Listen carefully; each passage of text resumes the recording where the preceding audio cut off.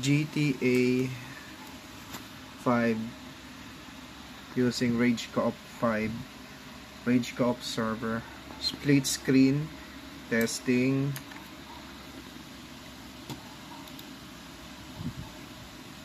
C3 player split screen. I'm using RTX 2080, so I'm only limited to run this. And showcasing. Alright, so let's make it to happen.